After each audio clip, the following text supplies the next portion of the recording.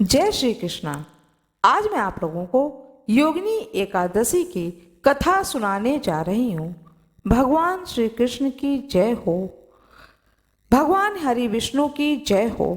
प्रेम पूर्वक श्रद्धा के साथ में योगिनी एकादशी व्रत कथा को सुने। हिंदू धर्म ग्रंथों में हर एकादशी का अपना एक अलग महत्व बताया गया है। इन्हीं अलग अलग विशेषताओं के कारण इनके नाम भी भिन्न भिन्न रखे गए हैं। प्रत्येक वर्ष में 24 एकादशियां होती हैं। मल मास की एकादशियों को मिलाकर इनकी संख्या 26 हो जाती है। इन्हीं एकादशियों में से एक एकादशी है आषाढ़ मास के कृष्ण पक्ष की एकादशी, जिसे कि योगिनी एकादशी कहते हैं। योगिनी एकादशी का उपवास रखने से समस्त पापों का नाश होता है तथा इस लोक में भोग और परलोक मुक्ति भी मिलती है। भगवान श्री कृष्ण की जय हो। महाभारत काल की बात है। योगिनी एकादशी व्रत कथा को भगवान श्री कृष्ण युधिष्ठिर जी के राजमहल में इस कथा को सुनाते हैं। आइए उस भवन में चलकर हम लोग भी भगवान श्री कृष्ण के मुख से इस कथा को सुनते हैं। महाभारत काल की बात है। एक बार धर्मराज युधिष्ठिर ने भगवान श्री कृष्ण से कहा कि हे त्रिलोकीनाथ, मैंने ज्येष्ठ माह के शुक्ल पक्ष की निर्जला एकादशी की कथा सुनी। अब आप कृपा करके आषाढ़ माह के कृष्ण पक्ष की एकादशी की कथा को सुनाएं। इस एकादशी का नाम तथा महात्म्य क्या है, सो अब मुझे विस्तार पूर्वक बतलाइए। भगवान श्री कृष्ण कहते हैं, हे पांडुपुत्र, आषाढ़ माह के कृष्ण पक्ष की एकादशी का नाम योगिनी एकादशी है। इसके व्रत से सभी पाप नष्ट हो जाते हैं। यह व्रत इस लोक में भोग तथा परलोक में मुक्ति देने वाला है। हे धर्मराज, यह एकादशी तीनों लोकों में प्रसिद्ध है। इसके व्रत से सभी पाप नष्ट हो जाते हैं। तुम्हें मैं पुराण में कही हुई कथा को सुनाता हूँ, ध्यान पूर्वक श्रवण करो। कुबेर नाम का एक राजा अलकापुरी नाम की नगरी में राज्य करता था। वह शिव भक्त था। उनका हेममाली नामक एक यक्ष सेवक था, जो पूजा के लिए नित्य फूल लाया करता था। हेममाली की विशालाक्षी नाम की अति सुंदर स्त्री थी।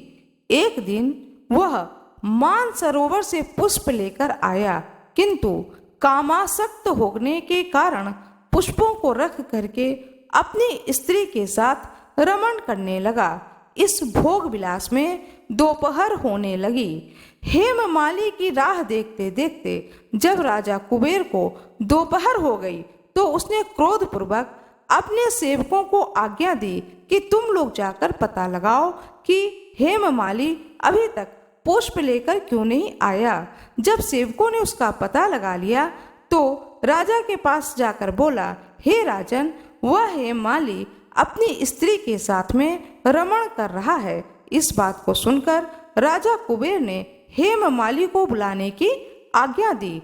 डर से कांपता हुआ हेममाली राजा के सामने उपस्थित हुआ। उसे देख करके कुबेर को अत्यंत क्रोध आया और उसके ओठ फड़फड़ाने लगे। राजा ने कहा, अरे अधम, तूने मेरे परम पूजनीय देवों के भी देव भगवान शिव जी का अपमान किया है। अतः मैं तुझे श्राप देता हूँ कि तू स्त्री के वियोग में तड़पे और मृत्यु लोक में जाकर कोढ़ी का जीवन व्यतीत करे। कुबेर के इस श्राप से वह तत्क्षण स्वर्ग से पृथ्वी पर आ गिरा और वह कोढ़ी हो गया।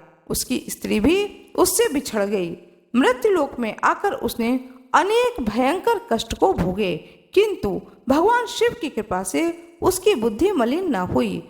उसे पूर्व जन्म के भी सुध रहे। उसने अनेक कष्टों को भोगता हुआ तथा अपने पूर्व जन्म के कुकर्मों को याद करता हुआ वह हिमालय पर्वत की तरफ चल पड़ा।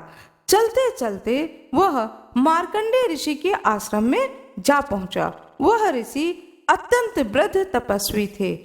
वह दूसरे ब्रह्मा के समान प्रतीत हो रहे थे और उनका वह आश्रम ब्रह्मा की सभा के समान शोभा दे रहा था।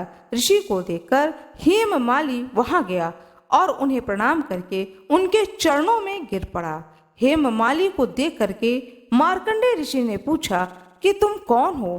तुमने कौन से निकृष्ट कर्म किए हैं जिससे कि तुम इस भयानक कष्ट को भोग रहे हो? महर्षि की बात को सुन करके हेममाली बोला, हे मुनि श्रेष्ठ, मैं राजा कुबेर का अनुचर था। मेरा नाम हेममाली है।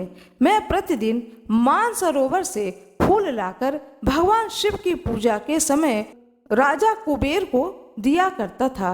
एक दिन पत्नी सहवास के सुख में फंस जाने के कारण मुझे समय का ज्ञान ही नहीं रहा और दोपहर तक पुष्प न पहुंचा सका। तब उन्होंने मुझे श्राप दिया कि तू अपनी स्त्री का वियोग और मृत्यु लोक में जाकर इस दुख को भोग। इस कारण से मैं यह बीमारी से पीड़ित हो गया तथा पृथ्वी पर आकर के भयंकर कष्ट को भोग रहा हूँ। अतः कृपा करके आप कोई ऐसा उपाय बताएं जिससे कि मेरी मुक्ति हो।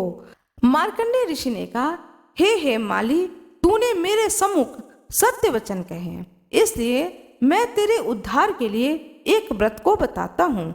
यदि तू आषाढ़ मास के कृष्ण पक्ष की योगिनी नामक एकादशी का विधान पूर्वक व्रत करोगे तो तेरी सभी पाप नष्ट हो जाएंगे। महर्षि के वचन को सुन करके हेममाली अति प्रसन्न हुआ और उनके वचनों के अनुसार योगिनी एकादशी का विधान पूर्वक व्रत करने लगा। इस व्रत के प्रभाव से अपने पुराने स्वरूप में वह आ गया और अपनी स्त्री के साथ सुख पूर्वक रहने लगा। भगवान श्री कृष्ण ने कहा, हे राजन, इस योगिनी एकादशी की कथा का फल 88,000 ब्राह्मणों को भोजन कराने के बराबर है। इसके व्रत से सभी पाप नष्ट हो जाते हैं और अंत में मोक्ष प्राप्त करके प्राणी स्वर्ग का अधिकारी बनता है। भगवान श्री गणेश की जय हो। भगवान श्री कृष्ण की जय हो। भगवान श्री हरिविष्णु की जय हो। सभी ऋषि मुनियों की जय हो।